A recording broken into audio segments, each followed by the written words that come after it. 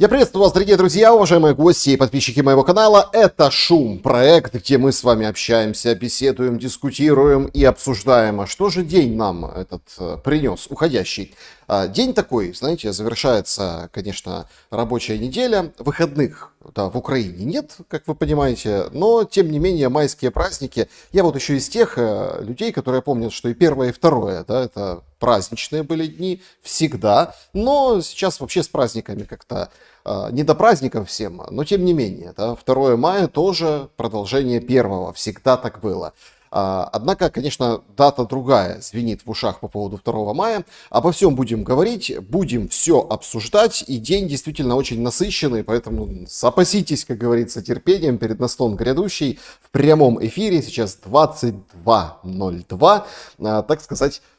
Присоединяйтесь, если еще не присоединились, и не забудьте поставить лайк. QR-код, который вы видите на своих экранах, это возможность прям вот на экран задать вопрос, вне очереди, мнение высказать свое, никого не дожидаясь. А так, в принципе, мы в конце обязательно пообщаемся с чатом трансляции и поработаем с вопросами, которые оставят в клубе зрителей, в телеграм-канале, в закрытом клубе, где все вот обсуждают, все как есть, участники, всех гостей, все на свете. То есть без никого не стесняясь. Вот такая есть функция тоже.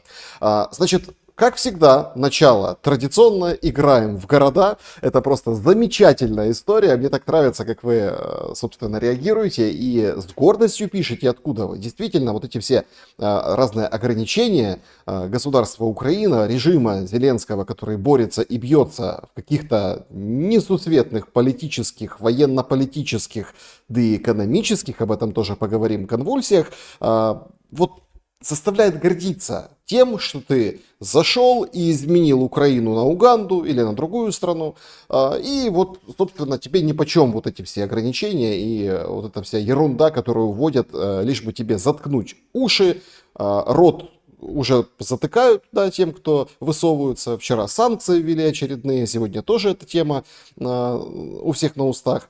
Может, даже коснемся, хотя вот прошлый эфир, сегодняшний эфир с Олежко подсанкционным, тоже открыл определенные грани, как себя ведет власть по отношению к людям, которые не молчат. И мы не молчим. Пишите, откуда вы. И пишите, это просто прекрасно. Таиланд смотрит, Сицилия. Михаил, привет в Сицилию, Днестровск, Уганда тут, Уганда с нами, Лозанна, вау, Швейцария, Стокгольм, Тюмень, Израиль, Киев, просто замечательно, шумим из Москвы, отлично шумим, Грозный смотрит, Грозный, привет в Грозный, Алматы здесь, отлично, Краснодон даже увидел, вот это потрясающе, летит чат и Львив.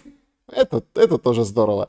Стамбул, Одесса, привет из Минска, Россия, Киев, Харьков, Жмеринка, Кривой Рог, Ленинград, Ростов и Подмосковье, Севастополь тоже с нами. Ох, Крым обстреляли, вот это действительно такой важный эпизод. Вот тоже, вот Крым обстреляли, а в эти минуты, когда мы с вами беседуем в прямом эфире, идут удары по Харькову.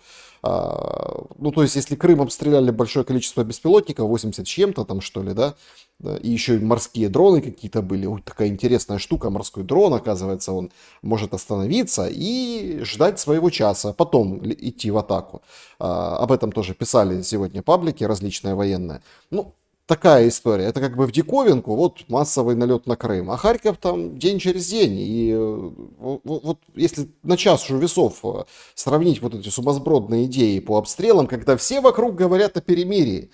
Но об этом мы тоже поговорим, о том, кто вокруг о чем говорит. Это замечательно сейчас период, очень показательный, период такой полупаузы, но вы заметили, Анна Салам, спасибо вам большое за супер чатик, за супер смайлик, спасибо за то, что поддерживаете. Смотрите, вот если разобраться, чаша весов, сколько обстрелов и какой урон идет по Украине, какой урон идет по стороне или оккупированной территории для Украины, или по российской стороне. Несопоставимый ущерб, несопоставимые удары.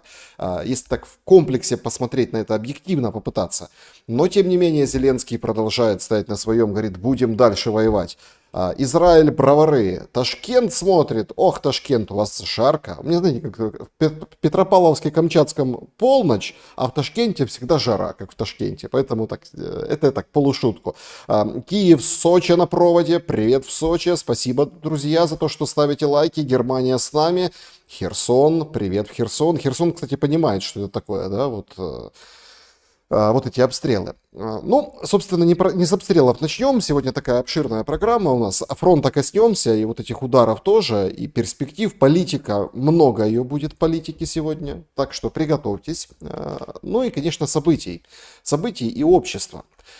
Всех сегодня в первой половине дня, да, о чем шумели, всех взволновала сделка. Вообще, в парламент пришел Сибига, которого не могли дозваться вот он пришел. И Шмыгаль раздавал ответы на вопросы. Ну и, соответственно, что делать в таких случаях? Надо выстроить шеренгу депутатов, которые вот должны по всем незапрещенным, а значит подконтрольным, как показывает практика, средствам массовой информации, коммуникации, проектам и так далее, надо вот выставлять всяких депутатов. Многие депутаты вообще не знакомы, ну или мало знакомы народу, но у них звездный час, потому что знакомых депутатов как бы в сторонку, а вот этих новых, они же нам должны объяснить, что же мы подписали по поводу сделки. Что Свириденко привезла? Там целая драматургическая история, потому что сначала полдня разбирались, а что это за фоточка была, когда они вот держат перед лицом два варианта вот этой сделки. У Свириденко как-то потоньше вариант, а у Бессента, министра финансов, потолще. Ну, потом разобрались, это просто части договора, в принципе, подписали, и тут все гадают, 1 подписали или 3 подписали, но в парламент вносят на ратификацию 1, вносят быстро, оперативно, прям ночью вчера, 23:59 1 мая, представляете? А нет, 30 апреля, но по факту получается 1 мая. В общем, это все для того, чтобы 8 уже голосовать. Кто, что там, до путя никто не понимает, но все выходят и высказывают свое мнение. Вот высказался нардеп Кицак. Знаете, есть Кицак. Кицак есть нардеп. Он объясняет, что вообще сделка Питання, это що ми тема. продали надра, немає майбутнього і так далі. Розумієте, люди починають ділити шкуру невбитого медведя.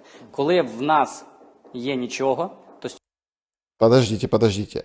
Это он о недрах. Шкура неубитого медведя. У нас есть ничего.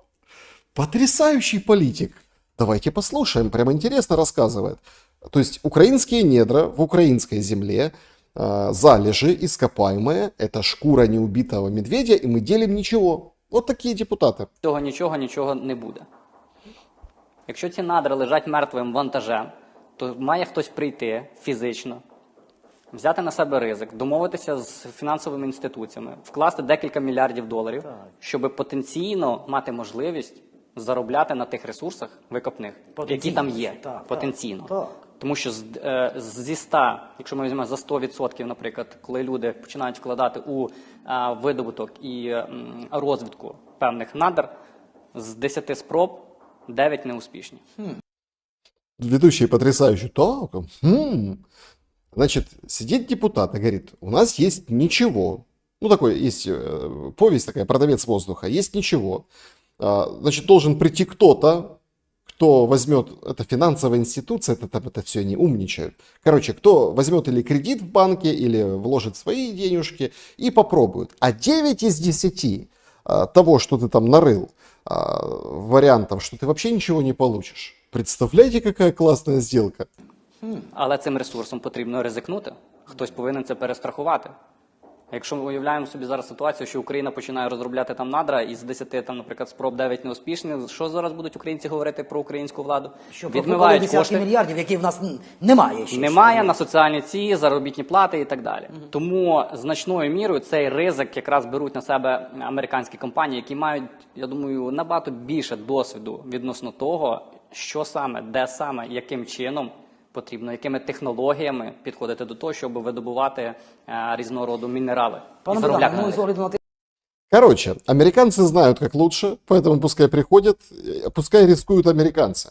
Ну, вы слышите, читается вот это. Американцы пускай приходят и рискуют, пускай копают. 9 из 10 попыток, пускай у них будет, и они вот так, да. А что мы? А мы молодцы. У нас все хорошо, мы вот ничем не рискуем. У нас шкура неубитого медведя. Это не наше вообще. Лежит в земле, вы закапывали его. Вот такой подход. Вот это все вешают на уши людям, понимаете? То есть надо, чтобы кто-то пришел и вложил деньги. А какие же деньги, интересно, там по тексту договора, который уже многие разбирали, и в принципе он доступен публично, можно почитать, на украинском даже можно почитать. Все просто. Все максимально просто. То есть там 0 налогообложений, 0.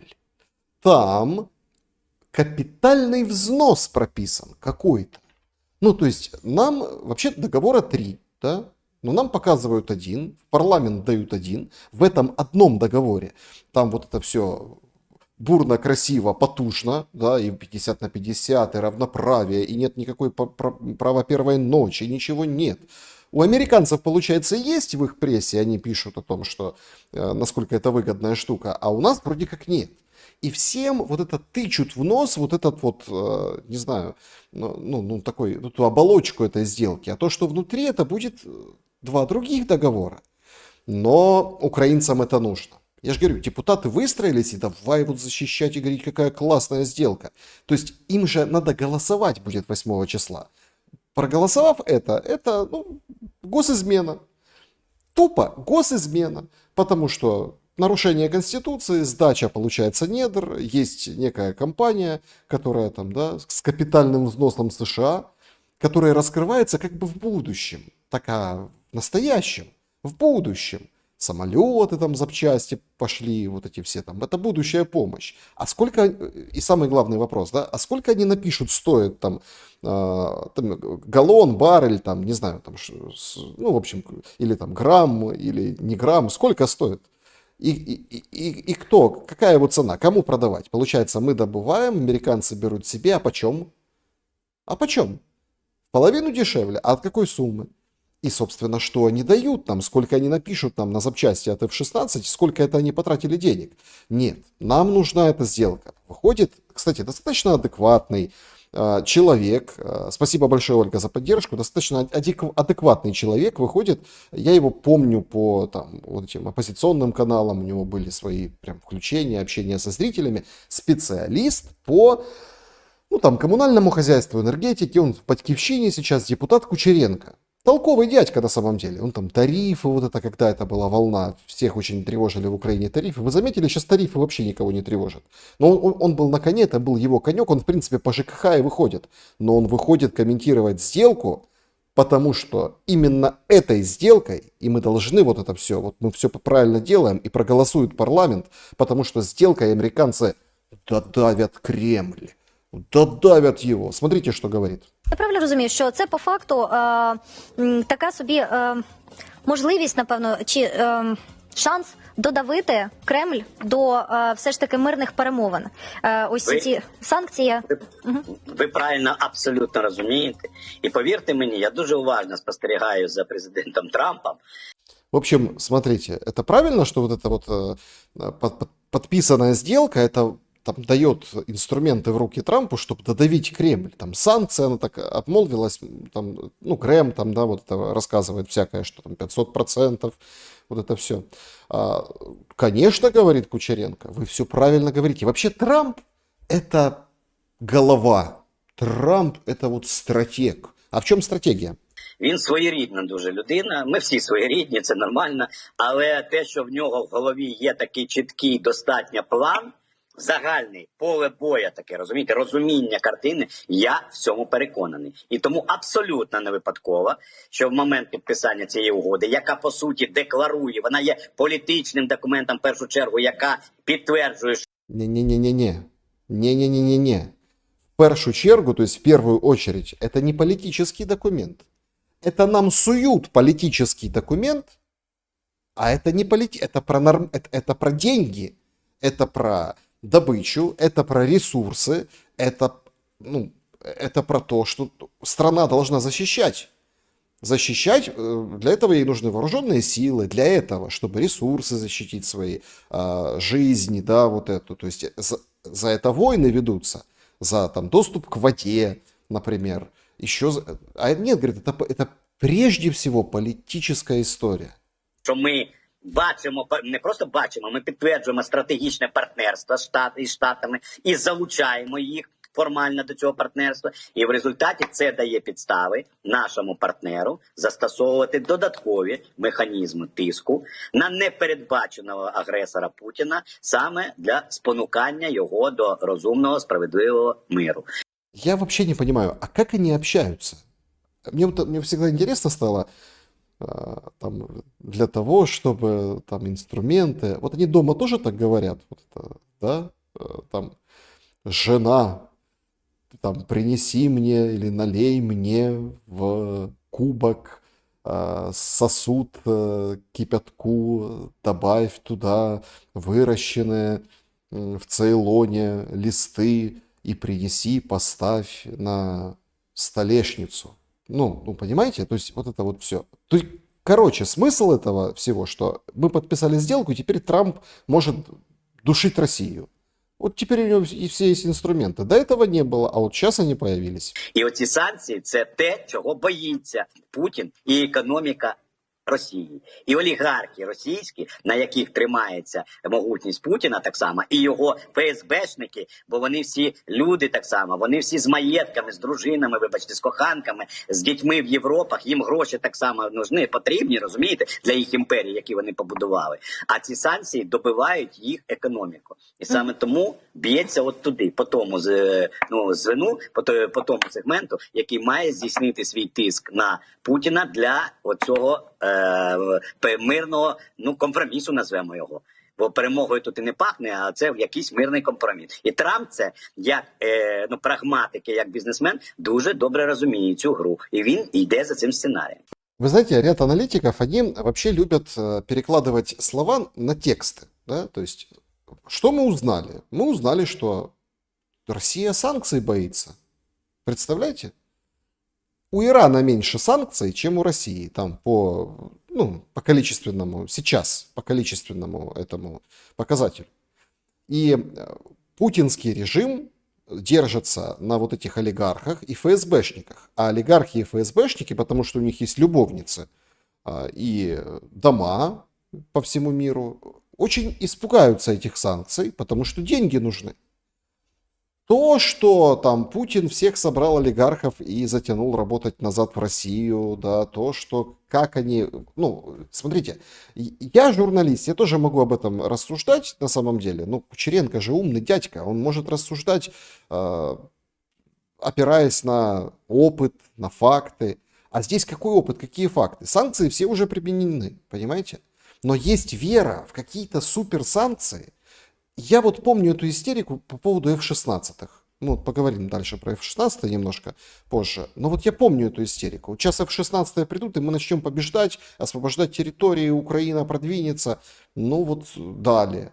А потом выясняется, что дали плохое, дали не то, что-то и пилотов вообще как бы нет, или они там штучный товар, пока их обучишь. Английский они долго не могли выучить, эти пилоты. То есть вот есть какое-то вундерваффе. Вот сейчас есть вундер-решение, да, удивительное решение, которое все изменит санкции. ФСБшник посмотрит, что Трамп сейчас ведет санкции и скажет Путин, ой-ой-ой. И Путин такой, ой, что ж поделать, пойду я, наверное, на мирные переговоры. То есть абсолютно чешут нам какую-то ерунду.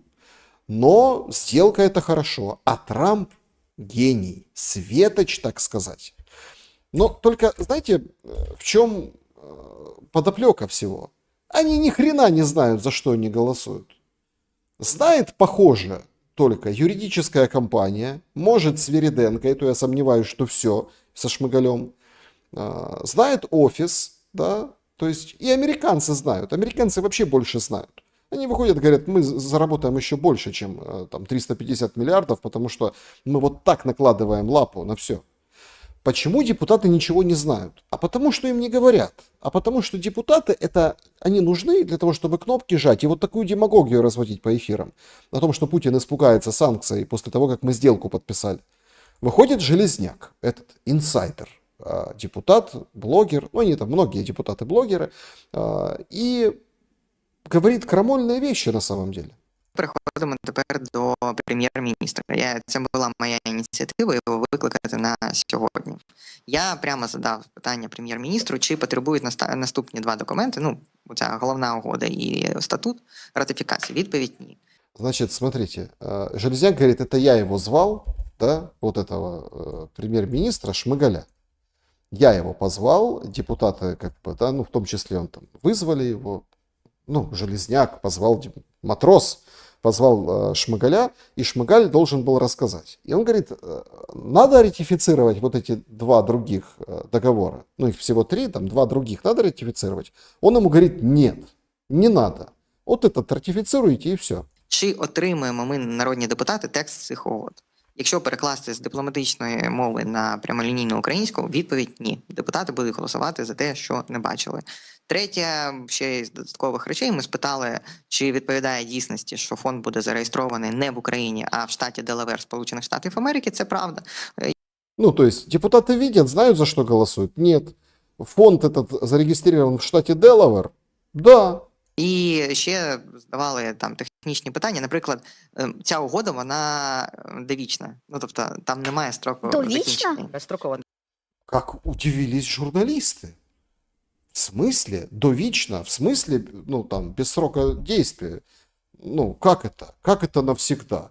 И это навсегда? Да, это навсегда. Довічна. Довічна, вона безстрокова, да. Через 10 років в теорії ці сторони будуть мати тільки можливість її змінити. Або ми запитали, чи правильно ми розуміємо, що там немає гарантій безпеки. Ну, прем'єр-міністр чесно відповів, що да, там немає гарантій безпеки.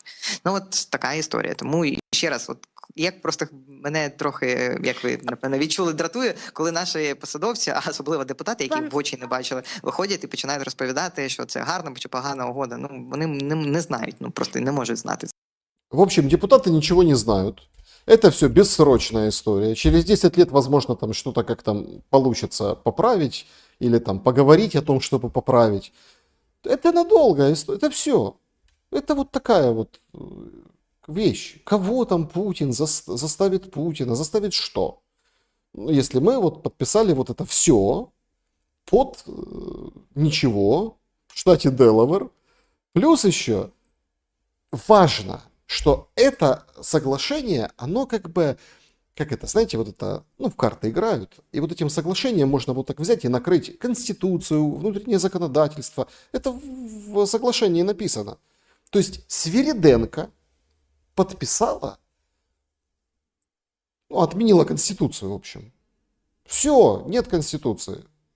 Ну, нормы про недра там нет, еще тут нет. Нет, она есть, но она как бы для, ну, когда здесь смотрим, здесь рыбу заворачиваем. И для украинцев, да, вот, украинец, вот тебе Конституция. Так подожди, тут написано право там на труд. Не-не, вот тут вот, военнообязанный ты, вот все. А вот тут это не читай. Вот такая страна. Сегодня очень показательный был, вот для того, чтобы проиллюстрировать эту тему. Спасибо большое за поддержку анониму. Для того, чтобы проиллюстрировать эту тему, сегодня распространили информацию, это, по-моему, вчера было, вряд ли сегодня. Ну, в общем, в Лондоне, Лондон, был большой митинг, достаточно крупный. Выходцы из африканских стран прошли, ну, там демократия, в отличие от и войны нет, и демократия, там все нормально, то есть можно выходить на митинги. И они прошли по улицам с транспарантами, там, вон колонизаторов. Вон колонизаторов.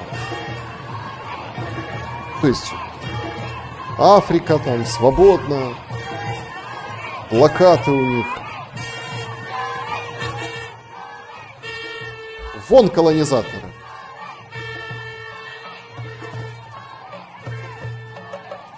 Не сказать, что их шибко много, но это очень показательно. То есть Лондон, он вообще как бы себя исчерпал в этом всем. Да? Это там угасающая империя, и она сейчас нашла себе новую колонию.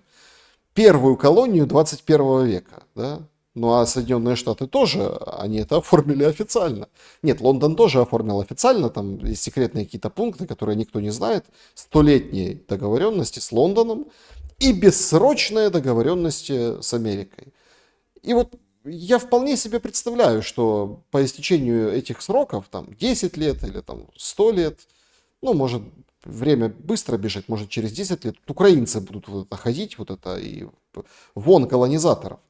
Ну, колония, слушайте, ну как так? Разве так можно? Можно и нужно. Народный депутат, еще одного вам покажу народного депутата, но не, как бы, не словами, а публикацией. Мощная публикация народного депутата Дмитрия Гурина. Это человек, который продвигал в Верховной Раде вот этот вот закон об однополом партнерстве. Ну, браки, короче, браки. Они там зашили в партнерство, что типа можно это все в Украине. Говорит, границы закрыты законно. Военное положение продолжается законно. Силовые действия ТЦК – реакция на отказ исполнять законные условия. Вот в такой стране живут наши депутаты, понимаете? Вот в такой. И как это находит отклик внутри украинского сегмента, например, соцсетей, людей, которые там вот это все видят, смотрят. Нам показывают потужную сделку на украинском языке. Украинские же депутаты говорят, смотрите, это бессрочно, до путя никто ничего не читал. Эти два других дополнения, то есть был один большой договор, 80 страниц. Это немного, такие договоры прописываются больше. Они его разбили на 3. Вот здесь как бы для плебса, вот тут по делу. По делу никто вчитываться не будет. Для плебса показали. Депутаты это тоже стадо, только там, знаете, такие крупненькие барашки. Вот они это проголосуют. А все законно. Они нашли законный путь. Фраза Зеленского в Ватикане на стульчике перед Трампом: давайте сделаем это не так. Это хороший план, хорошая идея. Ну, это там по губам прочитали. Трамп согласился. И, в принципе, а почему не соглашаться? Смотрите, как все круто получается. Все, что и даже больше, они получают, но вот под этой ширмой политического давления на Путина через сделку. Вот такая вот политика, вот так она делается. Как находит это отражение в массах, так сказать, среди людей? Ну вот, пользователь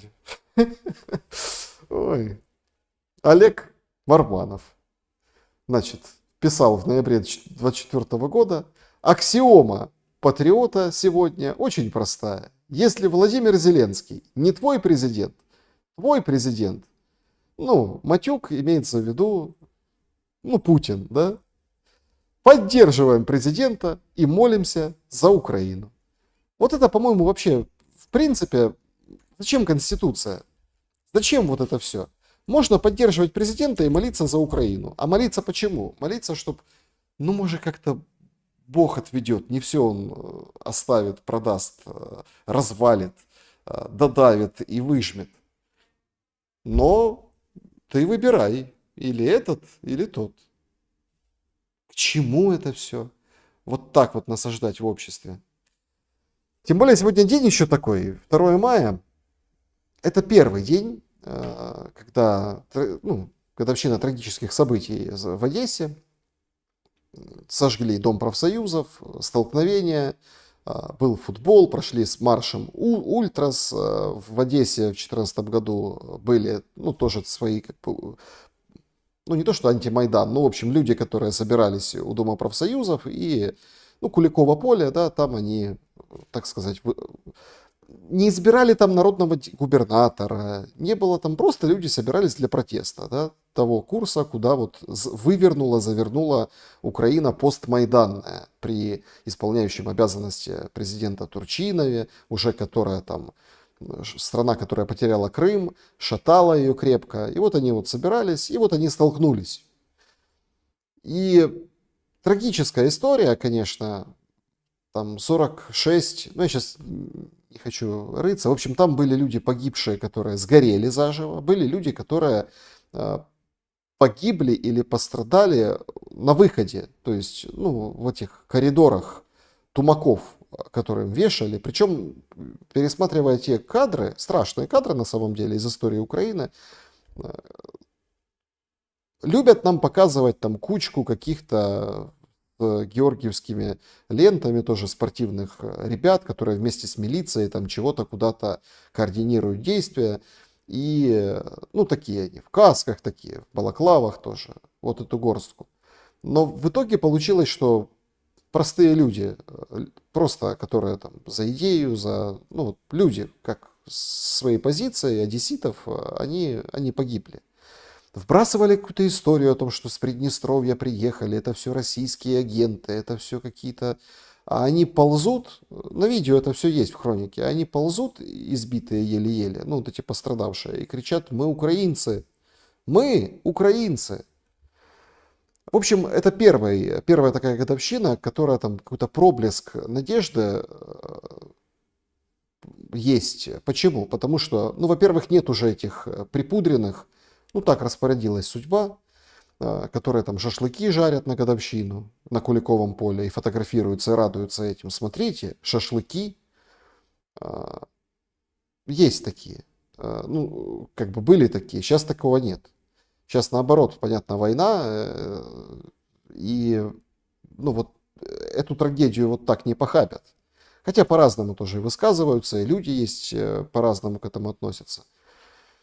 Но это первая годовщина страшных событий, когда люди имеют на руках, ну, родственники погибших, некоторые выжившие после всего, имеют на руках решение ЕСПЧ, где черным по белому написано: государство Украина виновата, должна там заплатить какие-то 5000 евро, ну, сколько там тысяч евро, как бы компенсации за бездеятельность, за то, что пожарные не приехали специально, за то, что там еще что, ну, в общем, милиция там ходила, тупила.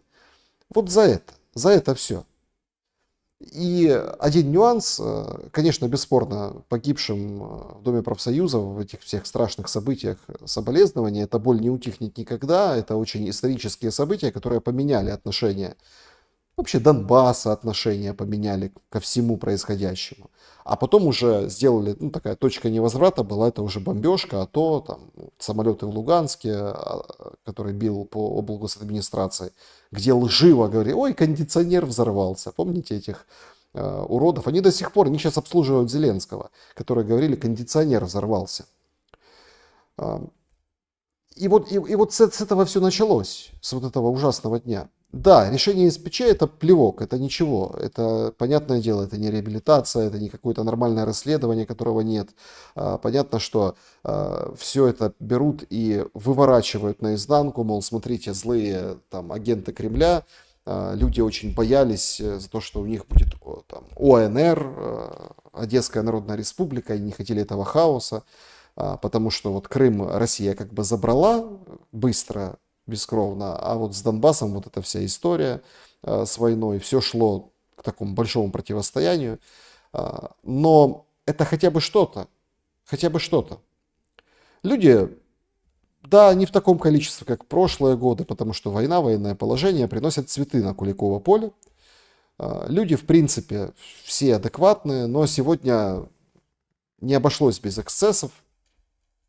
Значит, ну, появилась, ну, это уже после. Значит, женщины, тетки смотрят, как...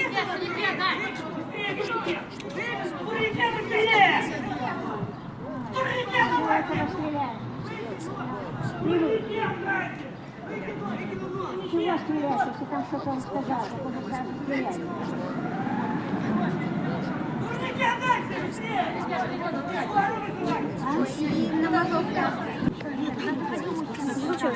Маханой рукой. Значит,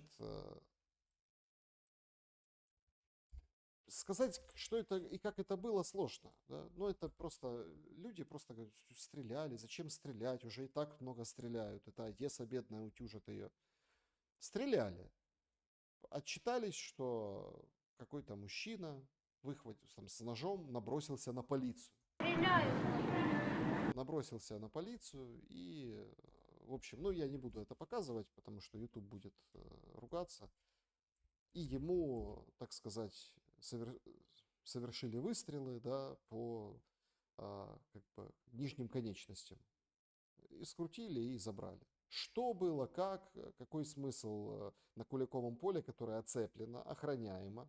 Вход, внимание, только по паспортам.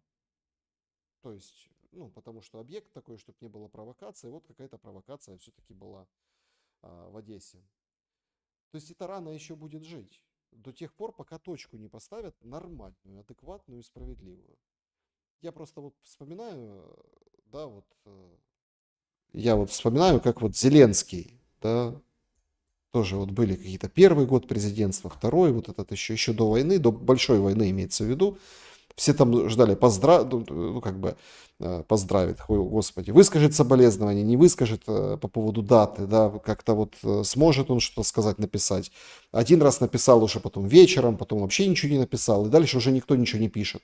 Только люди ходят, цветы кладут, они уже пожилые, понятное дело, времени сколько прошло. Но тем не менее, они все равно там меньше этих цветов, но тем не менее идут и несут. Как бы там ни тыкали пальцами и кричали там в их адрес сепаратисты, еще какие-то там предатели. Но вот на толпу полицейских, на полицейских с ножом набросился мужчина. Шел, думает, наброшусь я на Куликово поле 2 мая. Там, где люди цветы возлагают и вот проходят мимо и вот вспоминают эти трагические, безусловно, трагические не только для Одессы, а для всей Украины события. Когда, ну, это было вот начало, вот предотврати вот это, погаси пожары, договорись там на Донбассе, когда мотались переговорные группы, и можно было бы что-то делать, и как-то вот прийти к чему-то тогда, и не было бы вот этих сегодня гробов и ужаса, которые мы видим каждый день на улицах. Поэтому страшная дата, и, безусловно, знаете, тут даже понятно, что по людям все скорбят всегда, а я вот по стране хочется скорбить в такие моменты и в такие даты. И почему скорбить? Потому что мы уходим в какую-то воронку ужаса. Одесса, сегодня, Одесса, там, Екатерининская, да? Вот что вот происходит. Потому что Бог отнимет эту милость. Сегодня мы все в таком возрасте, в таком положении, в войне, что мы не знаем, что будет завтра. Смотрите, много народу. Человек какой-то говорит философские такие пространные вещи. Что это может быть? Это люди разных, ну давайте так, мое отношение негативное к этому, но люди верят. Людям некуда податься, и они вот верят. Там. Я, например, я за православие, я за православную церковь. Я православный. Но есть много ответвлений христианства такого, знаете, молитвенные дома, разные там баптисты, иеговы, там адвентисты, в общем, много их, таких разновидностей, и они имеют свой какой-то приход, эти люди. И вот это все эти люди пришли во двор, да, собрались. Не просто послушать о том, что Бог там дает нам жизнь, что-то каждый раз может что-то произойти. Знаем, когда мы умрем. Они еду получают бесплатно. Им раздают, им прочитали какую-то проповедь, и потом они вот так стройненько в очереди раздают Посмотрите, сколько людей за вот этим хлебом, за вот этим всем. Понимаете? И вот это Одесса сегодняшнего дня. И много такого в других городах. Много людей идет, чтобы поесть хотя бы. Вот настолько тяжелая ситуация. Это все, конечно, понятно сказано. Ну, кто-то скажет, это халява.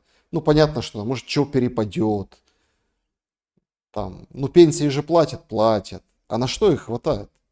Сегодня вышли блогерши, 2 девчонки, и они, ну, на самом деле показали нам, я всегда, ну, молодой был, я очень там даже потешался, был, ну, таким молодой, подросток там в детском, юношеском таком возрасте, там, до подростковом.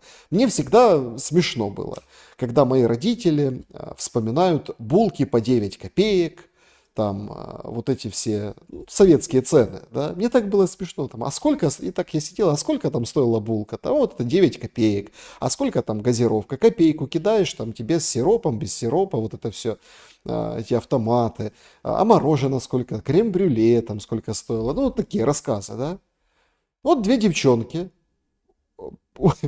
к ним попал буклет 21 года цен в одном из супермаркетов украинских АТБ. И они его так посмотрели, 21 год, и пошли к полкам. Краще ми б цього не бачили. Ми знайшли каталог АТБ за 21 рік і пішли зрівняємо, які ціни в 25-му. Якобс 39,90, зараз акційна ціна 149,90. Якобс это кофе, да, то есть 39, 149, а акция Скумбрія 94,40. Раніше вона коштувала 41,20. скумбрия. Можна було купити дві. 80,90. Дивіться, 33,50. Я у шоці. Лікер Шеріданс 434,50 і 875. Ферма. А шарашить вас? Ось 400 грам. Ага. 235,90. Шок-контент 69,90. 235 пачка масла, а стоило 69. Это всего, ну вот прошло 21 год, это и 25-й. Понимаете, в чем дело? Понятно, что война, понятно, что люди гибнут, всем не до того, но мы забыли, вот как строится политика, да? Политики должны заботиться о своих людях. Заботиться. И да, конечно, бывают трудности, бывают там экономические кризисы большие, бывают войны, столкновения случаются, бывают, ладно, войны, столкновения это всегда там какой-то форс-мажор, но бывают, например, стихийные бедствия, там, землетрясения, наводнения, оползни, вот это все. То есть что-то непредвиденное. Но политикам, тех, которые у руля, 21 год, президент Зеленский, примерно в этих годах, он, помните вот эта сакраментальная фраза, вот нам говорят, придет Зеленский, будет война, будет хаос, доллар по 45. Напророчили, понимаете, напророчили. 235 против 69 пачка масла сливочного. Это в украинском сегменте, ну, ролики, да, снимают просто там, ну, девчонки снимают ролики. Это там, где мы вот смеемся, в России масла нет или еще там что-то. То есть это показатель эффективности политика, который привел вот эту вот экономическую и другую свою команду.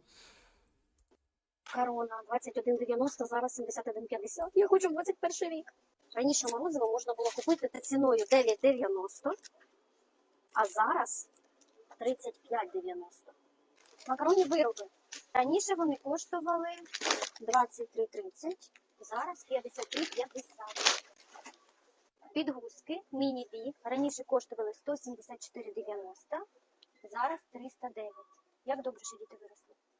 Зубна паста 39,80, а зараз 88,90. Ну що, які емоції визивають у вас ці ціни? Напишіть нам. А напишите в комментариях. Вот прям очень интересно. Нет.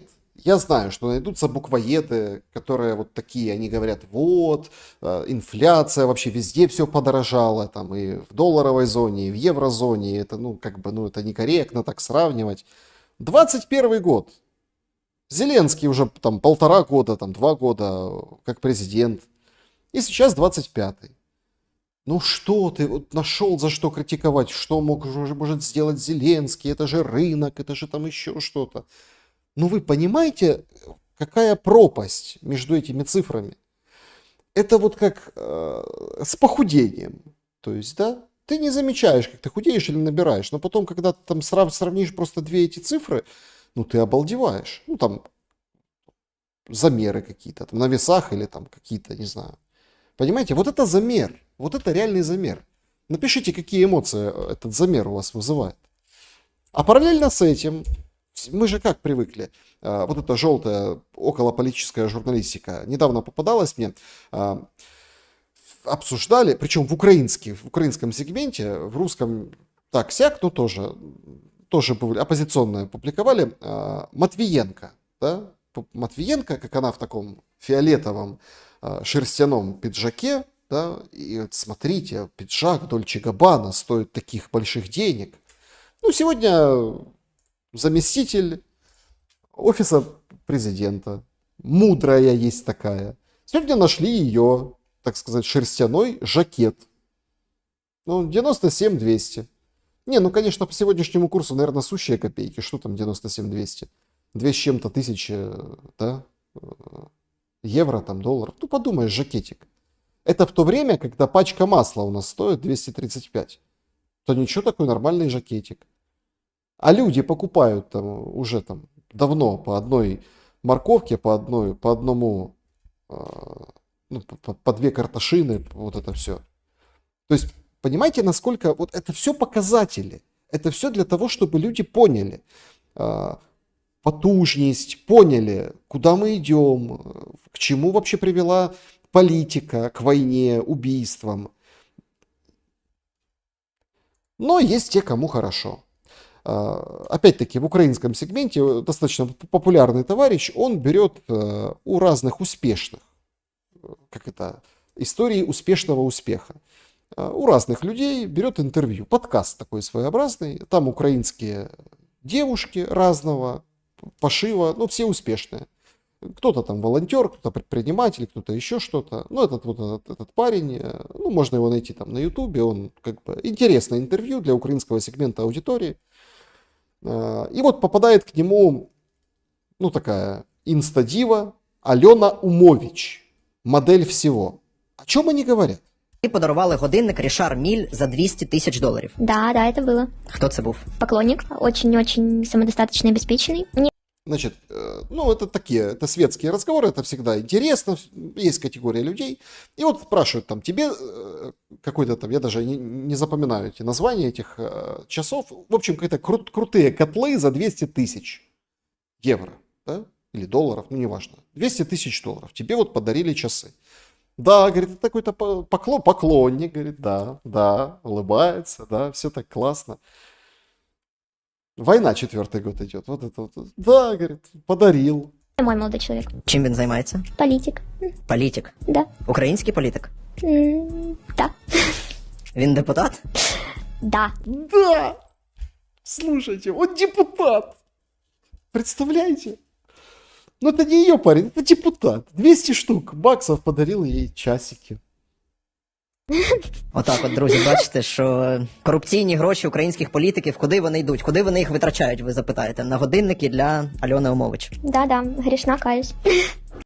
Грешна, каюсь. То есть, ну, понятно, что это не политический, не совсем, совсем не политический разговор, но ну, это он пошутить хотел так, ведущий. Ну, бывает такое, да, симпровизировать. Ну, вот смотрите, коррупционные бабки украинцев идут вот туда, да. Вот смотрите, куда. Ну, девочкам на часики за 200 000. И она грешна, каюсь. То есть они тут коррупцию подтвердили, депутатов вот этих тоже. Понимаете? Ну это 4-й год идет война. Масло 235 гривен. Бабушка с пенсии думает 5 раз купить его или там сэкономить где-то, понимаете? Рост цен какой. Ужас что. Люди вот эти донаты собирают. Донаты. Кстати, про девочек. Откровение, это правда вчерашнее. Вчера в шум не вошло. Ну, немножко там другие были у нас с вами разговоры. По поводу этих девочек и часиков за 200 000. И других, так сказать, прелестей, которые своими прелестями зарабатывают девочки. Я не знаю, это вряд ли этот политик, хотя кто его знает. Це не є виключенням якимось цей вид діяльності, і я дуже вдячний тим моделям, які... Данила Гетманцев, автор всех налоговых реформ, подвижек и ужесточений, и человек, который сейчас рассуждает об моделях OnlyFans. Их сейчас активно власть пытается легализовать, чтобы они получали деньги и платили налоги с OnlyFans. И вот он их благодарит, этих девушек из OnlyFans. Сплатили податки. Я знаю багато особисто з них, бо ми спілкуємося в соцмережах і обговорюємо ці проблеми також. Так от, вони сплатили... На приеме депутатском. Ну, депутат занимается на приеме. Так, что там? Так, баба Клава, подожди, постой за дверью. Я спілкуюся у соцмережах. А только в соцмережах спілкуется Данила Гетманцев? Только там общается, да? С онлифанщицами. А потом у них откуда-то там какие-то непонятные часы появляются. Податки сплачені достатньо великі, і вдячний за те, що вони виконують ті норми податкового законодавства, які Все исполняют. Они все исполняют, эти онлифанщицы, общаются с Данилой и все исполняют. Спасибо им. Налоги большие платят. сьогодні є. Безпосередньо я, як і мої колеги, виступаю за декриміналізацію цього виду діяльності. На жаль, досі 301 стаття Кримінального кодексу передбачає кримінальну відповідальність за створення такого роду контенту. Мені здається, що це таке лицемірство з боку держави, з боку суспільства, коли з одного боку ми розуміємо, що це явище існує, а з іншого боку ми змушуємо слідчих, аби вони проводили якісь слідчі дії, розслідування, замість того, аби займатися більш важливими, точно важливими для країни речами. Тому Данила Гетманцев говорит, ну это вообще ужас. Надо в Украине на фоне войны, бед, разрушений, ужаса и кошмара нуху легализовать. Понимаете? То есть надо вообще-то пускай делают контент. Пускай делают контент, чё нет? Сегодня пришли новости о том, что, ну вот, например, там в Донецкой области эвакуацию изменили комендантский час, эвакуацию объявили там за 15-20 километров, там Торецкая, населенный пункт, туда, в сторону Славянска, Краматорска, там уже отселяют людей и говорят, ребята, то есть, ну, пока фронт, давайте поторопитесь, уезжайте. Днепропетровская область, та же самая история. Там уже война, туда уже летит, обстрелы, там Новопавловку, если посмотреть, в Днепропетровской области. А мы вот чем занимаемся. Мы занимаемся вообще, контент пускай делают. Пускай делают контент. Вот в такой стране живем. С депутатами, которые общаются с унлифанщицами. У них откуда-то появляются... А им не надо же декларировать. Ну что, это просто там инфлюенсеры, инфлюенсерки с котлами за 200 тысяч. Сегодня много подробностей пришло по еще одному инфлюенсеру, который вдохновляет нацию на помсту, на месть, на дроны. Стерненко записал обращение из больницы. Вот что говорит. Дякувати Альфі, Служби безпеки України. Я сьогодні живий і маю можливість із вами тут спілкуватися. Хоча Спасибо Альфе и СБУ. Спасибо, что живой, Стерненко. Спасибо, что живой. вчора все могло закінчитись зовсім інакше. Мені також було надано державну охорону, і вчора мене охороняла змішана група. То есть, смотрите, ему дали государственную охрану. И вот он рассказывает, а кто его охранял вчера. Очень интересно, кстати, так полезно послушать. Це був перший чоловік, який виходив на тому відео, можливо, ви його бачили. Це був мій охоронець, за ним ішов я, і третій був Альфівець. І от Альфівець фактично вчора врятував мені життя, тому що коли ця мразота почала стріляти, він вибив у неї з рук пістолет, повалив її на землю, затримав, скрутив. Окремо хочу подякувати Службі безпеки України та голові Служби безпеки України Василю Малюку. Не, ну то понятно, что спасибо за альфовца, который вот это выбил из рук пистолет, скрутил, вот это все. Понимаете? Я вот только не понимаю, что он... на капельницу ставили или что это такое? У него рука. У него ж не в руку попала. Рука перебинтована. Но вот он благодарит альфовцев, которые были заранее к нему представлены. Это был мой охранник и альфовец, который сработал вообще блестяще. Вот эту женщину скрутил, выбил из рук пистолет. То есть спасибо СБУ, что Стерненко жив. За величезну увагу до цієї справи, якби не Альфівець, якби не СБУ, я би зараз з вами тут не говорив. І хочу подякувати президенту України Володимиру Зеленському за те, що він також взяв до уваги цю справу. Вчора у вечірньому зверненні він про неї говорив, і буде йому також доповідати ще додатково голова Служби безпеки України. И Зеленскому спасибо. СБУ спасибо, что живой Стерненко, и Зеленскому тоже. Вообще, в принципе, Стерненко может партию возглавить, новую Зеленского. Чего нет? Так и назвать. Спасибо Зеленскому. Такая классная партия будет. Спасибо за все. Вот это потрясающее. Спасибо за все зеленое. Видите как? Спасибо Зеленскому. Упомянул в вечернем обращении. Ну, молодец.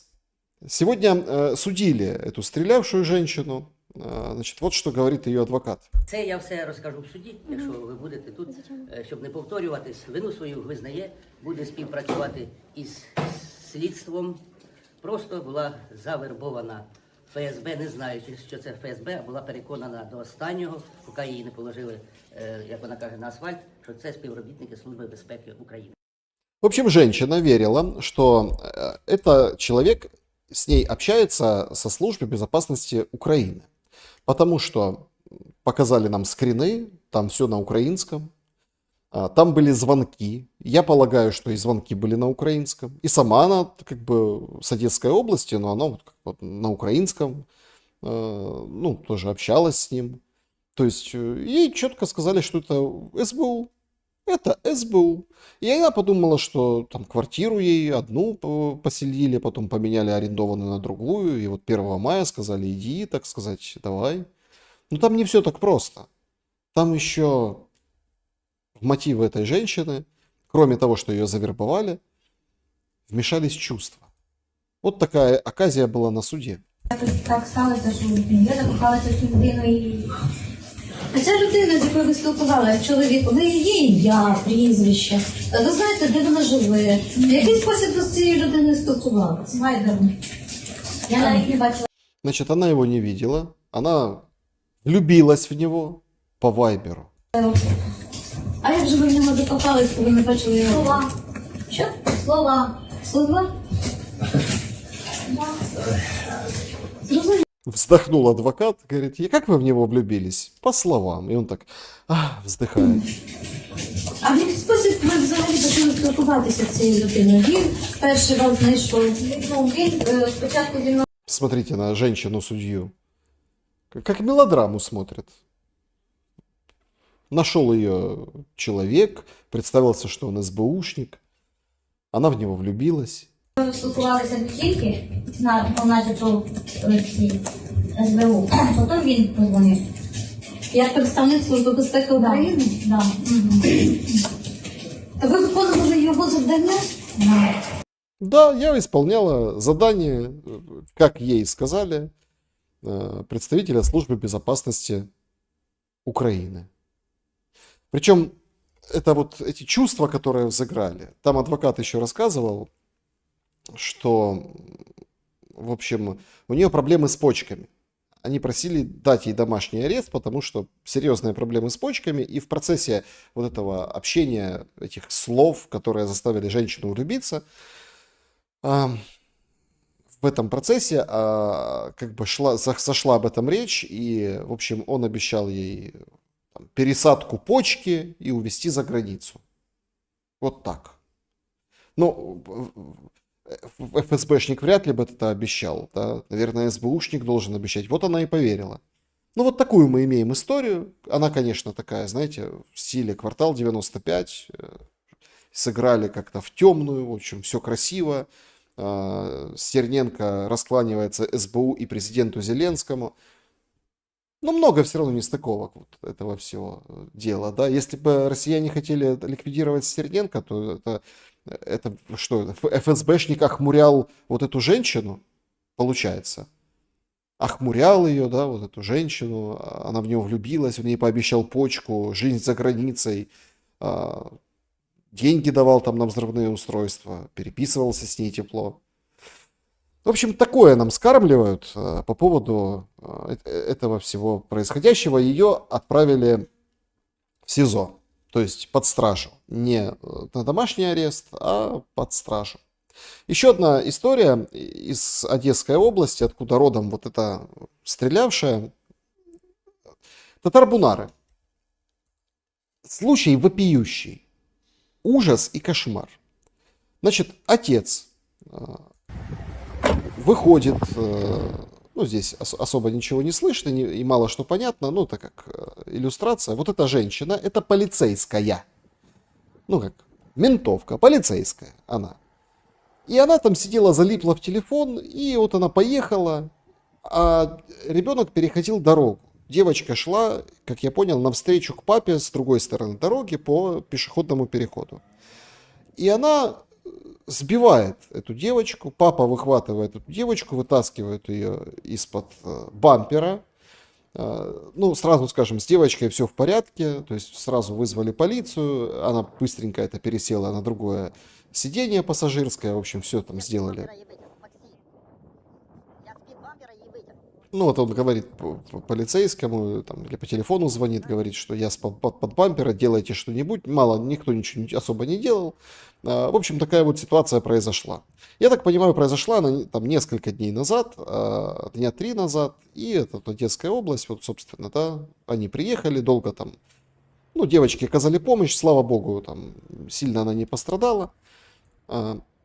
И потом рассказывает мать этой девочки, ну, я так понимаю, супруга, да, этого мужчины. Значит, прошло несколько дней, и мужчина приходит в полицейский участок узнать, ну, а как там, написали заявление, все как положено. А что вообще дальше? Он приходит, а его забирают ТЦК. ТЦК забирают. Там где-то я встречал, что он многодетный отец. Да какая разница, многодетный, не многодетный. Он представляет интересы потерпевшей, дочери своей несовершеннолетней, девочки, которую там не увидела вот эта полицейская, залипла в телефон и наехала на нее. А его гребут в ТЦК. Из рассказа матери понятно, что его... Это, конечно, ужас. Как так? Подождите. Зашел узнать, спросить, как там дело с этой полицейской, как там продвигается, что, может, чего надо еще, какие-то подписи, что вообще написали заявление, а дальше что? Написали, оно там и умерло. А ты умрешь на фронте, тебя в ТЦК. Отправили его в ТЦК, он там пробыл 2 дня и схватила его. Не, ну, шок, конечно. Во-первых, ребенка жалко. Во-вторых, то есть у него давление подскочило, гипертонический криз. В этом ТЦК, Татарбунарском, ему стало плохо, и его отправили в больницу с давлением, под капельницы, в общем, к врачам. Я так понимаю, что за эти 2 дня он проходил ВЛК и не допроходил ВЛК. И вот этот отец, вытащивший дочь свою из-под колес полицейской, вот этой, в больнице, к нему пришли ТЦКшники. Это просто очень интересно. То есть палата. Поехали. Ну, хоть такой спокойный мужик, такой седовласый, там дальше видно. Вот поехали, говорит, он лежит на койке.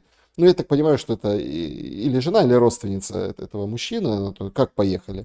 Куди їхати? Він поступив з гіпертонічним кризом. Чого ви його забираєте? Я никуда не еду. Ну, вызову наряд, все тут, я же сказал. Я же не буду... Який наряд? Он говорит, я никуда не поеду, я лежу в больнице, мне плохо. Говорит, так подожди, ну все здесь, вот наряд, пожалуйста. Все на месте. Йому плохо, як його забирати? У нього ж носа кров. Ви що боги, кажете? Он кричит, вы что, боги тут или что? Я так понимаю, это санитарка, ну, медперсонал, тоже в шоке, говорит, что вы творите? Гіпертонічний кризис у нього був ночі. Ви здіваєтесь или що? 170-110, блядь, давление, блядь. Поїхали наряд, на що мені, блядь, роздіться і поїхати. Ну, то есть мужчину не видно, да, который возмущается, а это вот, ну, это как медсестра или как правильно, ну, медсестра, она без халата, ну, в общем, медсестра, скорее всего. Она как бы прикрывает дверь и говорит, что это такое, то есть, да, никуда не поедет Гіпертонічний никто. кризис у нього був ночі. Ну, я буду до цього скажу. О, наряд. Нічого не казала, вона сказала, що йому погано. Ну, плохо, реально, я цілу ніч у нього бігав. Нет, и все, доктора нет. Плохо ему. Йому плохо, він гіпертонік, в нього всі бумаги. Значит, этот ТЦКшник выходит в коридор с палатой и кому-то звонит и говорит, ну плохо ему, лежит у него давление, что, куда его заберу? Сам ТЦКшник звонит, наверное, в ТЦК же куда-то, говорит, я не могу, ну как? Ні, він вчора поступив в тяжелому состоянні. На яких основаннях? А тут що не больниця, він поступив сюди з гіпертонічним кризом, в нього кров з носа йде. Як забирати? Що, скривати? Що ви Ніхто нікуди нікого не забирає. Я буду час То есть ТЦКшник в шоке, ему не отдают больного, он лежачий, ну, как бы больной. Полицейские вот стоят с автоматами, с автоматом. Гипертоника надо в ТЦК доставить срочно. Сейчас в прокуратуру.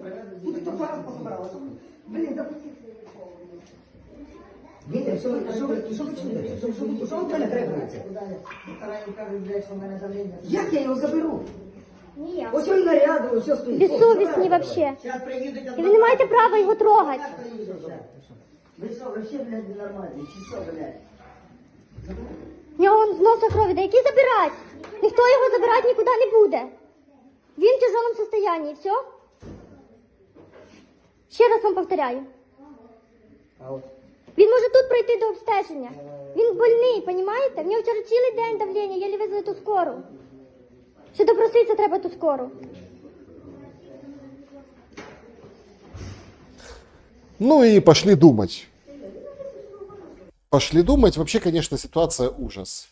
То есть мало того, что это какое-то средневековье, когда ты пошел спросить, как там с этим ДТП, тебя отправили в ТЦК, там тебя скрутило в этом ТЦК, ну, ударило по голове давление, тебя привезли в больницу, и из больницы говорят, поехали, родину защищать. А два лба с автоматами. Наряд. Это чтоб его, ну, если стрелять или что по нему. Вообще от этих ТЦКшников в последнее время, конечно, ну, просто жесть какая-то происходит. Это вот тарбунары были. А это Львов. Дворовая мобилизация. Чуть не закончилась реальными наездами несколько раз на женщин, пытающихся спасти мужчину.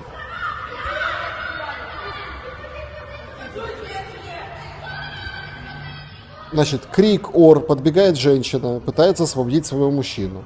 Они там, скажем так, обнимаются, толкаются. В общем, ну, у женщины ясное дело, что ну, сил меньше, чем дури у этих ТЦКшников. Они все-таки мужа, она кричит, мужа.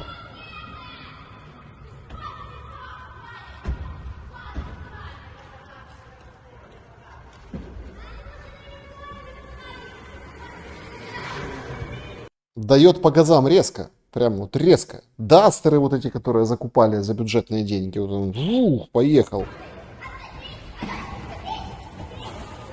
Женщины бросаются под колеса этой машины.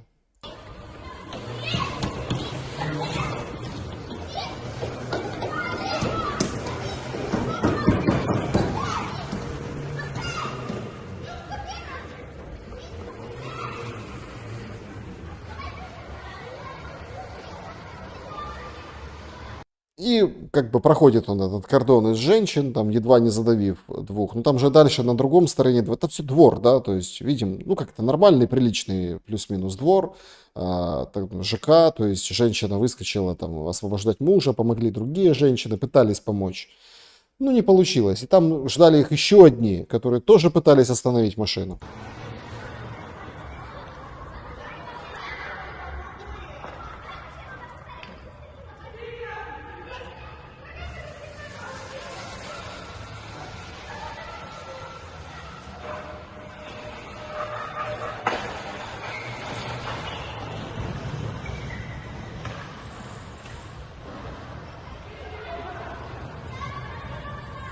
Ну, мы видим там и мужики, и там, я так понимаю, дети, ну, такие подростки тоже.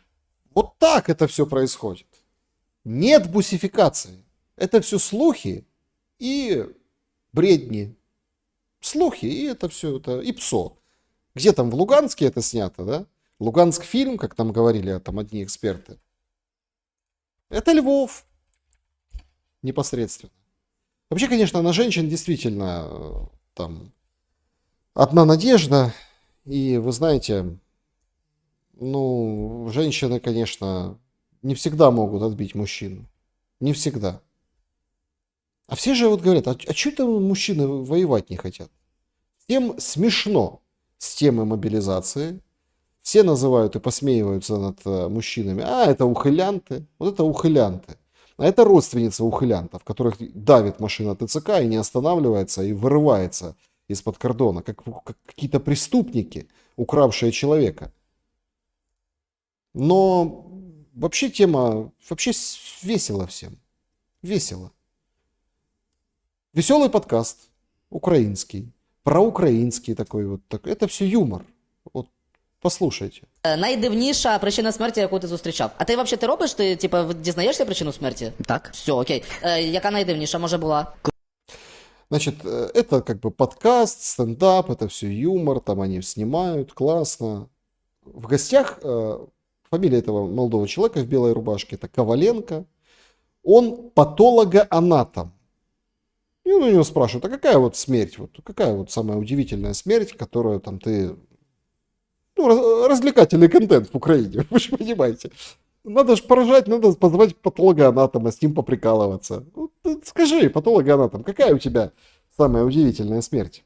Коли людина з запаленням очеревини 5 днів лежала вдома і не зверталася до лікаря, тому що боялася ТЦК.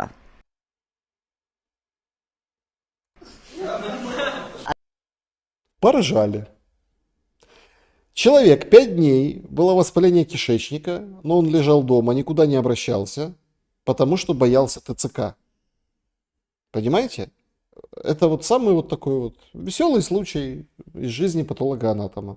Що у неї, що там було, кровоточина чи що? Ні, попав тромб в судини, які живлять кишківник, і кишківник, грубо кажучи, відмер. Якщо звернутися вчасно, можна зробити операцію, спасти. Але якщо не звернутися, тоді усьо. Усё. Веселые подкасты на украинском сегменте интернет. Веселый случай. Человек боялся ТЦК, не обращался в клинику, в больницу. Тромб оторвался, в кишечник, там воспаление, и все, умер. Умер. Патологоанатом узнал причину. Веселая жизнь, веселые подкасты. Всем очень и очень весело. Понимаете? Всем настолько весело, что даже эту манеру вот этого смертоубийственного юмора перенимают коммерсанты. Да. Вот вам рекламный ролик украинского магазина. Начинается так интересно. Жизнь продолжается. Життя триває. Відшили ось такі штани для вагітних захисниць. Літні. Тканини стрейч. З комфортною вставочкою під животик.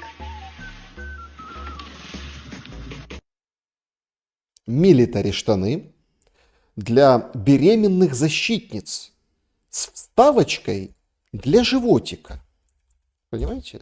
Вот манеру считывают. Манеру считывают. Вот эта жизнь продолжается. На тебе, беременная защитница. Удобно очень, с вставочкой для животика. Летнее, не жарко будет. То есть, вот так, да?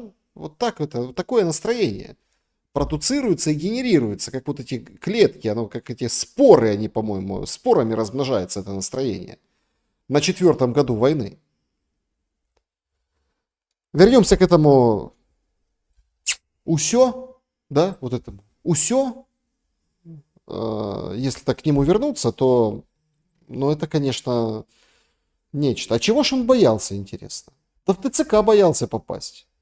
Появляются фото сегодня к вечеру очередного приемника одесского ТЦК. Ничего не предвещает беды, да, то есть, обычно атмосфера этих видео и фото много. Только прикол в том, что буйных там ограничивают в движении. Вот просто берут и, и ограничивают. А чего они? Вот этот буйный попался в ТЦК, вот так. То к батарее, то между кроватями. Все в порядке. Вот это вот страна. У нас хорошая мобилизация, не врите никому. Ни о чем не врите. Сегодня там доклад вышел отчет по нарушениям прав человека, насилием, неких объектах, где совершается это насилие над людьми. Причем речь идет о российских военнопленных и о людях, которых называют коллаборантами. А ТЦК не было. Хотя и ТЦК, видите, вот что происходит. В общем, отчет такой достаточно, ну, такой разрывной, имена не указываются, ну, то есть фактически признаются какие-то пыточные, фактически признаются какие-то меры воздействия незаконного, то есть нарушения прав человека. Еще так интересно в сообщении было, украинская сторона пыталась как-то оспорить, а те еще больше навалили. Ну, сейчас, наверное, самый правильный юридический шаг — это как бы попросить, ну, комиссию озвучить случаи, чтобы эти люди не то чтобы там публично, чтобы они выступили, а чтобы были публичные уголовные дела по этим фактам, которые вошли в отчет ООН и которые подтвердили вот этот ужас и кошмар, который происходит у нас. Да, сегодня такой насыщенный выпуск. Извините, что долго, друзья. Не знаю, насколько, ну, время позднее. Ну, давайте, все-таки у нас политика больше. 74 минуты мы в эфире. Нас вот практически 15 тысяч. Я очень благодарен за то, что ставите лайки. Такой достаточно эмоционально нагруженный выпуск. Давайте что-нибудь по политике. Буквально пару новостей. Топ-новость мировой политики сегодня является то, что в Германии ультраправой, да, в общем, организацией АДГ признали, не ультраправой, в общем, как-то правоэкстремистской, да, вот так признали все сегодня, и американцы жутко возмущаются. Рубио пишет у себя о том, что это, значит, Германия только что предоставила своему разведывательному агентству новые полномочия для слежки за оппозицией. Это не демократия, это замаскированная тирания. По-настоящему экстремистской является непопулярная партия АДГ, занявшая второе место на выборах, а смертоносная политика открытых границ иммиграции, против которой, собственно, партия и выступает. И Германии следует изменить курс. Это пишет нам Рубио. Также реагирует Илон Маск. Илон Маск говорит, что это крайнее нападение на демократию совершено сегодня. И, в общем, там в Германии очень большой скандал по этому поводу. И сказать, что это, ну, это абсолютно такие конвульсии старой Европы. Все посмотрели, например, на Румынию, да, что можно выборы отменить. И себе давай, партии запрещать оппозиционные. Все, хотя какие оппозиционные, вроде вторая по популярности. Напомню, что АДГ в границах прошлой ГДР была, ну, избрана большинством голосов. То есть, как бы, Феникс из пепла восстал, ГДР, и представляет ее АДГ. Вот сегодня ее там правоэкстремистской сегодня назначили в Германии. Ну, Шольц молодец. Он говорит, не хочу я вот это уходить мне. Уходящий канцлер Шольц, о нем все меньше слышно, он потихонечку как бы складывает полномочия, говорит, не надо торопиться признавать АДГ такой партии, не надо, давайте жить дружно. Я пошел. Это была его реакция. Ну, еще один скандал, говорится, на будущее, потому что сейчас страсти будут разворачиваться в международной политике нешуточные. Это в Ватикане поставили вот этот знаменитый дымоход. Конклав 7 мая будут избирать папу. Именно из этого дымохода пойдет черный дым, белый дым, когда вот будут избирать папу. Собственно, весь мир узнает, смотря на вот эту трубу, избрали или нет. А в чем скандал? В том, что пресса западная обвиняет Макрона в том, что он влазит и грубо вмешивается в выборы папы. Так и пишут. Макрон хочет своего папу. Его связывают там с, ну, вот этим крылом в Ватикане, который там возглавлял Франциск, ушедший папа римский. Он хочет такого же. Ну, там, такого же, как Франциск, например.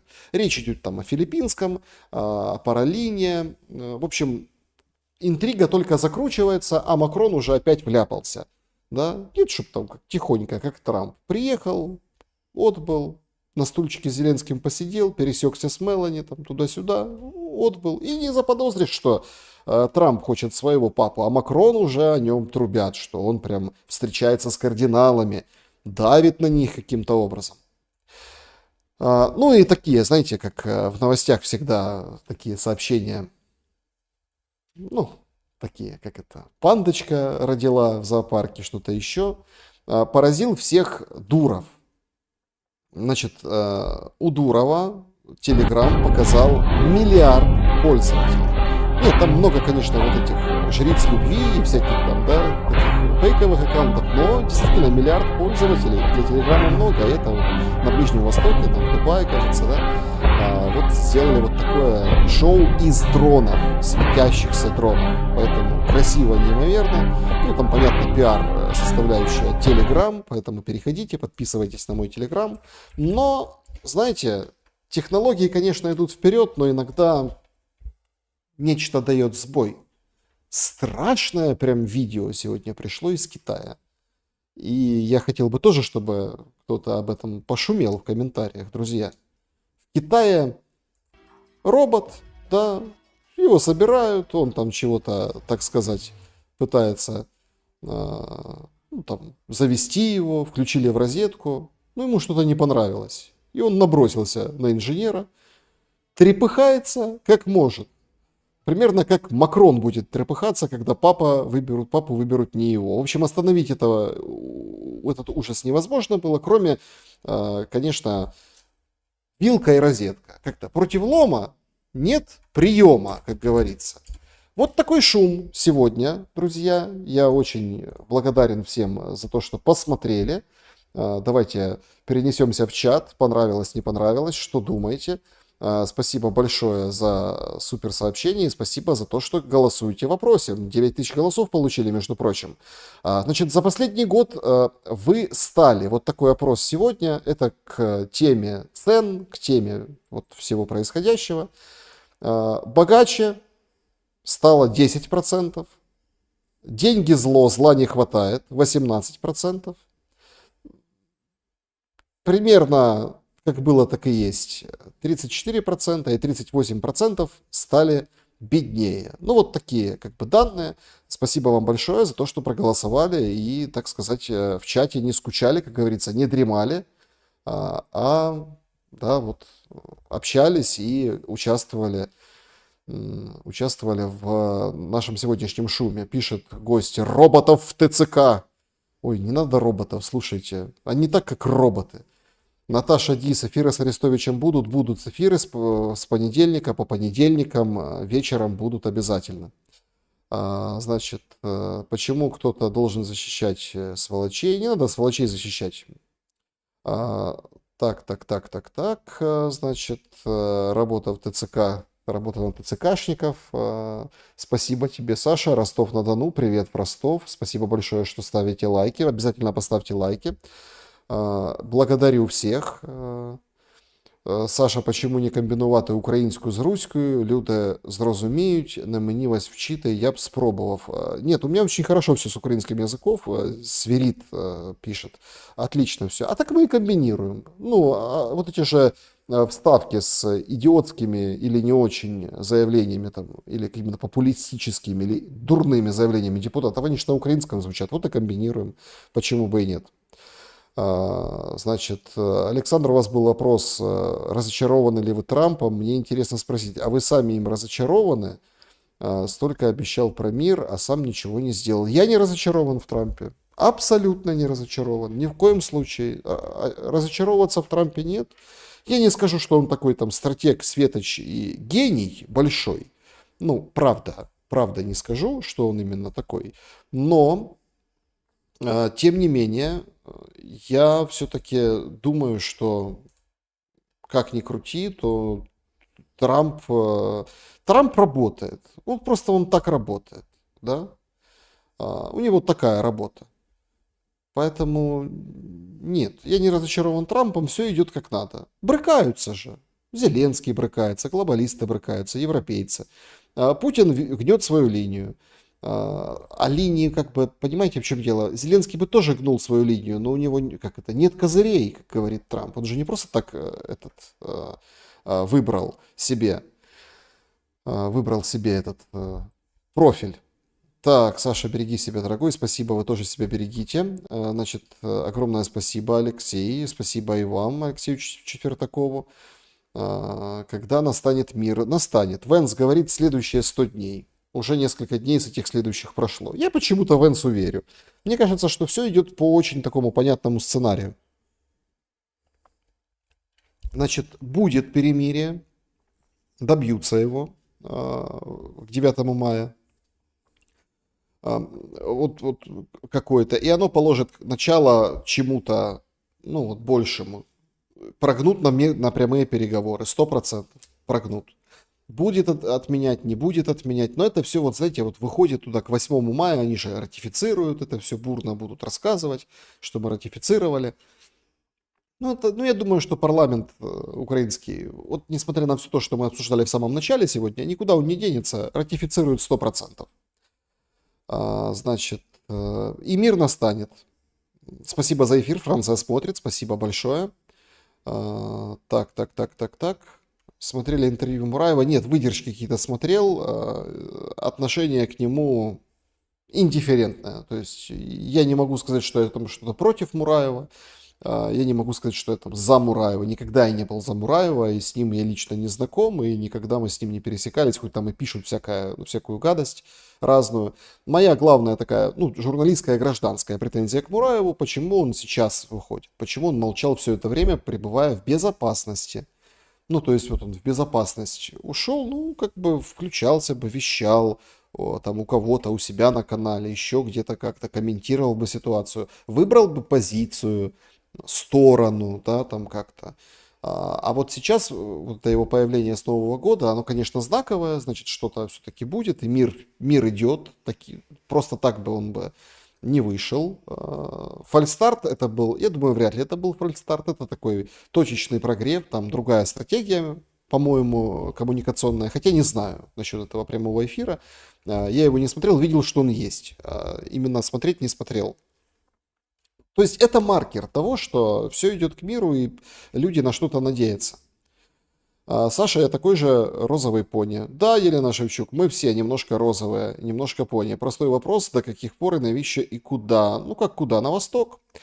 Александр Балканзует эфир, спасибо большое. Восстание машин, да, действительно, восстание машин. Дроны, конечно, это все. Вообще, конечно, дроны, видите, какую красоту могут нести.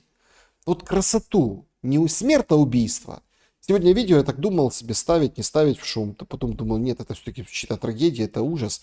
То есть очередное видео там демонстрировали, как дрон Константиновка, то есть 20 километров летит с передовых позиций и залетает вот прям, какой-то БТР американский или что там, не знаю. То есть это небольшое как бы место, куда можно залететь. И он прям туда залетает и,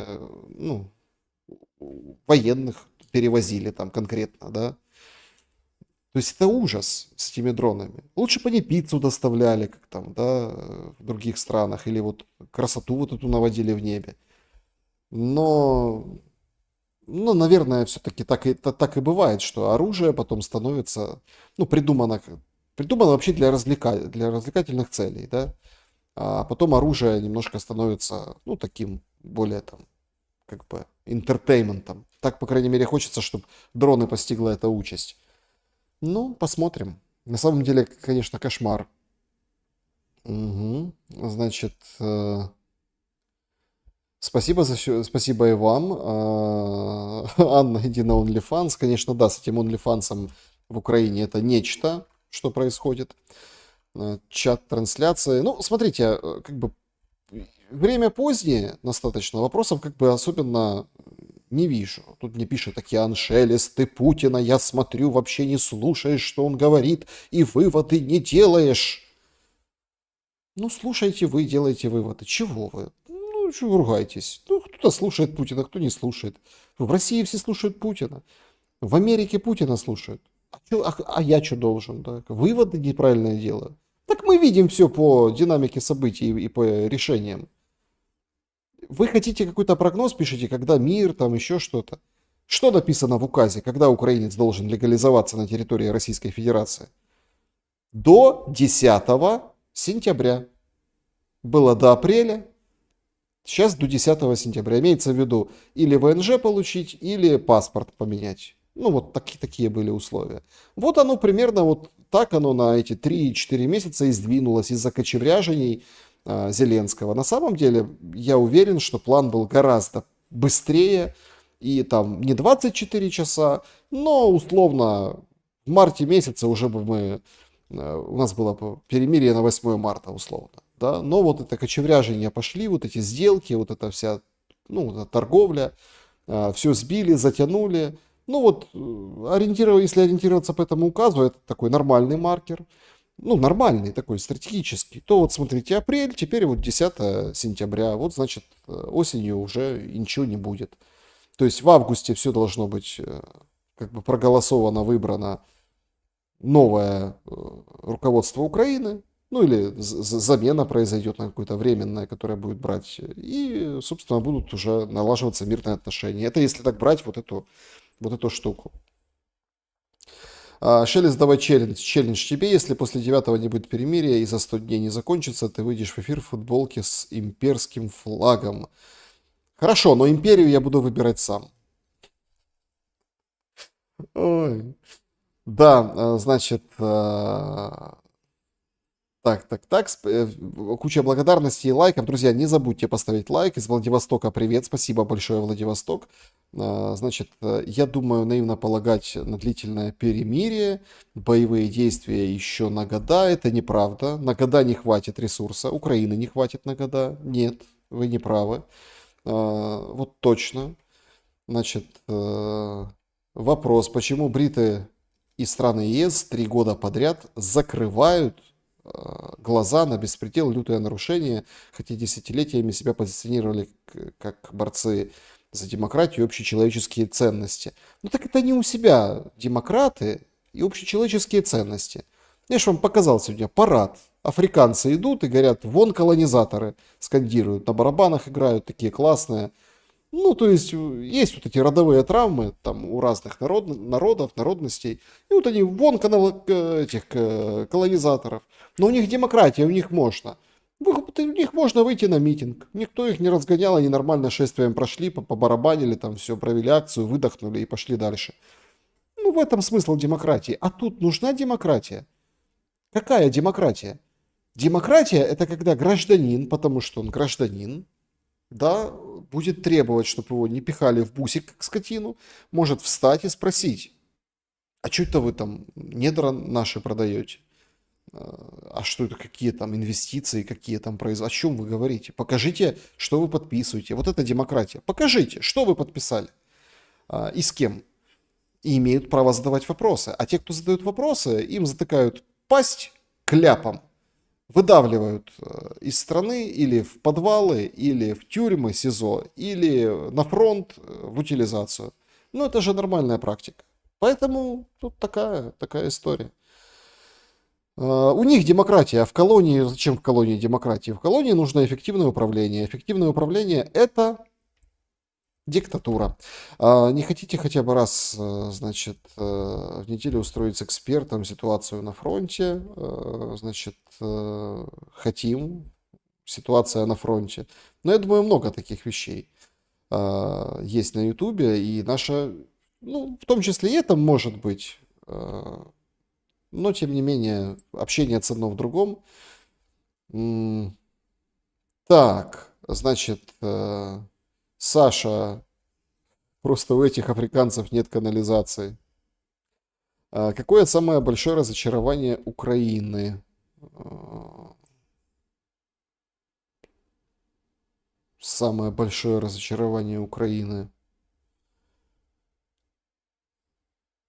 Ну, в курсе на Запад.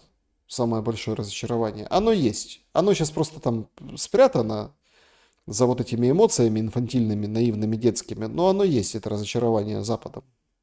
В целом Западом. Американцы просто они как фронтмены, а там, по сути, от европейцев же тоже толку мало. Ну, денег напечатать в долг дать они дадут. Еще там чего-то там, подкинуть каких-то железяк, которые взрываются и убивают людей. А они сделают. Но в целом никто же, видите, все, закрыли тему с контингентами. Опять думаете, всплывет? Я думаю, нет. Ну, вот эти контингенты, которые приедут и будут там что-то защищать, европейские там все там, ну, балтийские тигры приедут, разве что.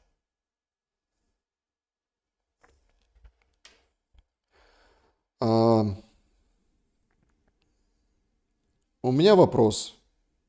Зашла со страницы дочери, меня заблокировали, с чем это связано?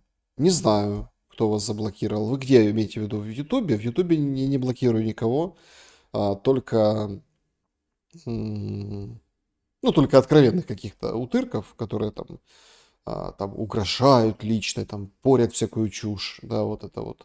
И YouTube может удалить сам сообщения, они там считывают, у них тоже нейросети, как язык вражды. Причем и нормальные бывают сообщения, удаляются в комментариях, как язык вражды. Вот так бывает. Или, например, когда много лайков, тоже есть такая штука, лайк, люди ставят, а он там оп, и убирает какие-то часть лайки, потому что считают, что так кто-то боты пришли или еще кто-то, понимаете?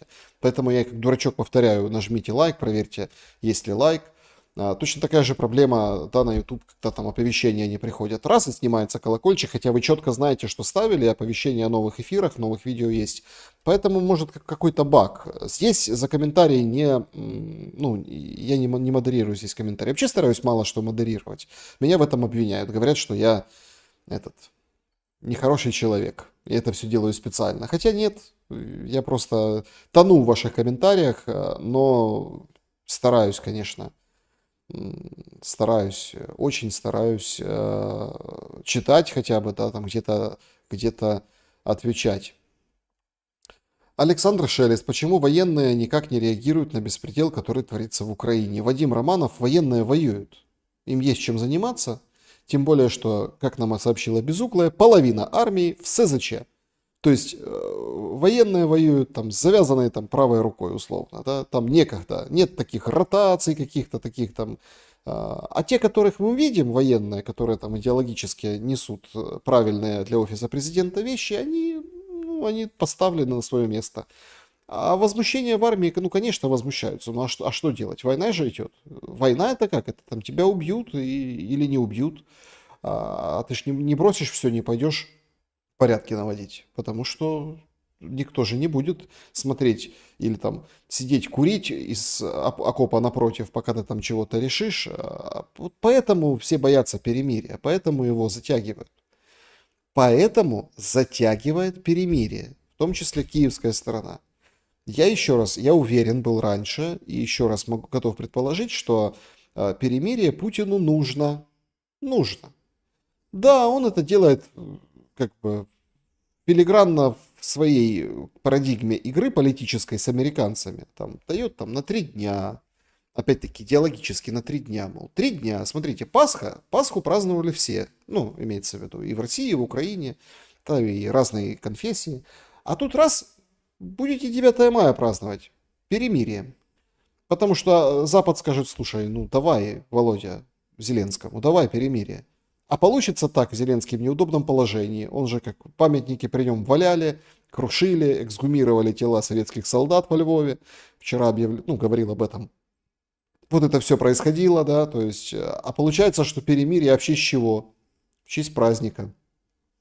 Поэтому будет стрелять Зеленский, наверное, но его будут заставлять делать это перемирие. На это расчет. Такая игра у Путина. Она другая, она не такая, как у Зеленского. Зеленский говорит, нет, давай нам большое перемирие. А большое перемирие, дурных тоже нет. Сегодня опять писали про продвижение к Покровску, бои уже на границе с городом. Дроны летят, эвакуация в Донецкой области, есть продвижение, есть ситуация такая возле Лимана, да, вот бывший Красный Лиман. Поэтому вот так.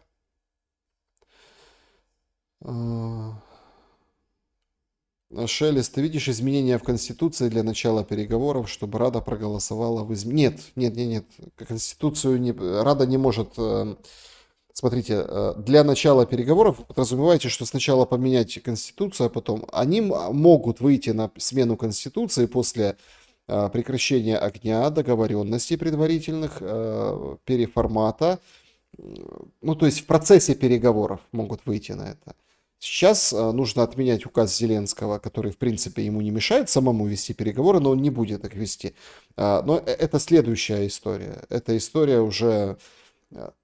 Я понимаю, что правильно с точки зрения государства, чтобы условно вот эти зеленые все поменяли, и уже по новым правилам, да, новый человек заходил и уже, руководил по новым правилам с новой конституцией. Но это длинный процесс. Это, в принципе, на этом тоже могут попробовать сыграть. Но поймите, Зеленскому нельзя. Ему надо быстро. То есть ему надо, вот опять-таки, войну надо тянуть дольше, выборы проводить быстро. Одно другому не мешает, не противоречит, иногда даже дополняет друг друга. Потому что растягивать эту волынку, чтобы эта власть взяла на себя обязательство изменить Конституцию, выписать ее реальную, они удержат ситуацию, не будет никаких там этих всех моментов. Но вот перемирие будет подогревать это недовольство. Но я думаю, шанс вырулить есть, чтобы там голова с плеч не полетела.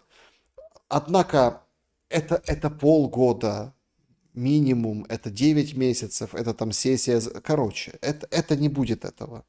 То есть ему надо протянуть войну подольше, чтобы выборы провести побыстрее, а уже во втором заходе, ну, вот смотрите, Стерненко вам, чем мне, будущий президент. Нормально. Или там лидер фракции. Че, тоже хорошо.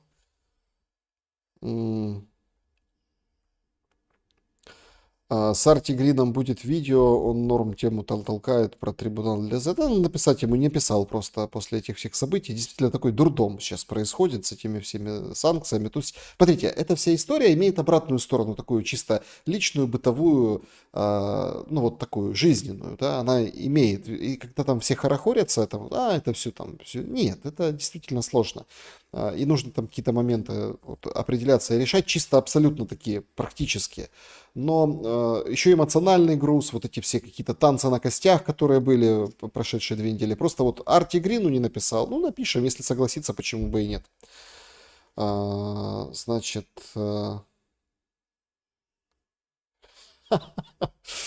Ой, Сергей Хромов говорит, в Украине масло 235 гривен, в России 280 рублей. Курс около 2. Вывод. Масло в Украине в 2 раза дороже, чем в России. Почему? Молоко дают свои же коровы. Сверхсельхоздержава не состоялась. Ну, вы знаете, Сергей, у нас сегодня сообщили, что Канада будет яйца наши, ну, импортировать. Победа. А если вдуматься, наши яйца будут мчаться в Канаду. Это как бы бешеные собаки там за океан не крюк называется. То есть это очень длинная история. Это удорожание, то есть цена, себестоимость дальше. А на внутреннем рынке как это скажется? Ростом цен.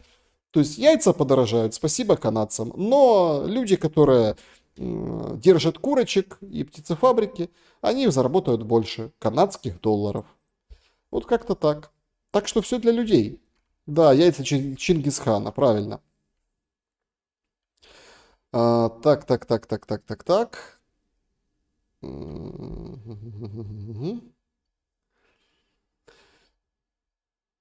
Так, значит, а где же пятничный спивак? Ермолаев, Павел Щелин, еще будут. Значит, спивак будет, но немножко позже. Там через, ну, есть какие-то обстоятельства. Таня Ужик спрашивает, будет через пару недель, обещался. Может, лапшу вешал на уши, но я не думаю. Как бы, если с точки зрения эфира, всегда, вот с кем, со спиваком, все четко.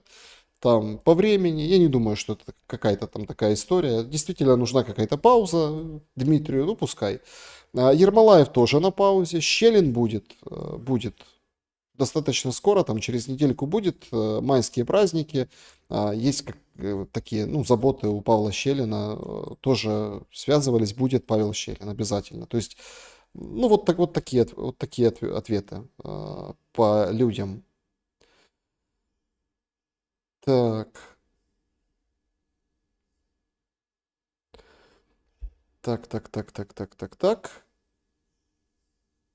Да, спасибо большое всем за приветы из Сочи. Спасибо за ваши мысли. Друзья, 23:45.